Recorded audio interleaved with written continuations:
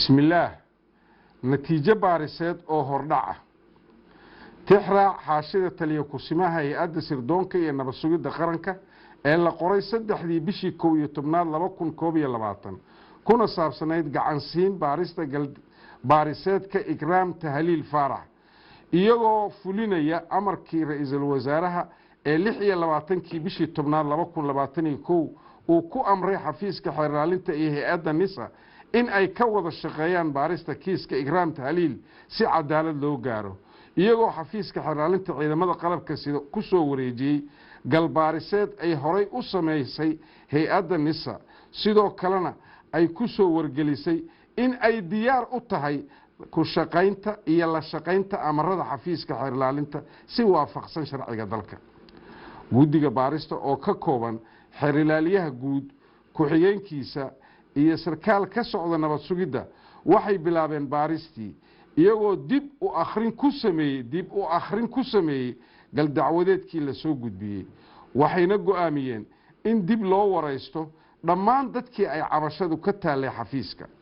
guddigu waxay wareysteen isla markaana cadeymo dib uga wada qoreen cabdiqani maxamed cismaan wadnaqabad iyo asma yuusuf cumar kuwaasoo ka mid ahaa saraakiisha hoose NISA ee cabashada laga soo gudbiyey sidoo kale waxaan cadeymo ka qornay taliya kusimaha hay'adda sirdoonka iyo nabad sugidda qaranka gaashaanle sare yaasiin cabdulaahi maxamuud yaasiin farey fahad yaasiin xaaji daahir agaasimihii hore ee hay'adda sirdoonka iyo nabad sugidda qaranka iyo cabdulaahi aadan kulane madaxii hore ee shaqada iyo shaqaalaha NISA kuwaasoo mas-uul ka ahaa xilligaas hay'adda NISA guddiga baaristu wuxuu baaris ku tegey xafiiska taliska hay'adda sirdoonka iyo nabad sugidda qaranka iyagoo u kuurgalay goobihii ay ku xirnaayeen kaamirooyinka qarsoon ee CCTV sidoo kale wuxuu booqday xafiiska la socodka kaamirooyinka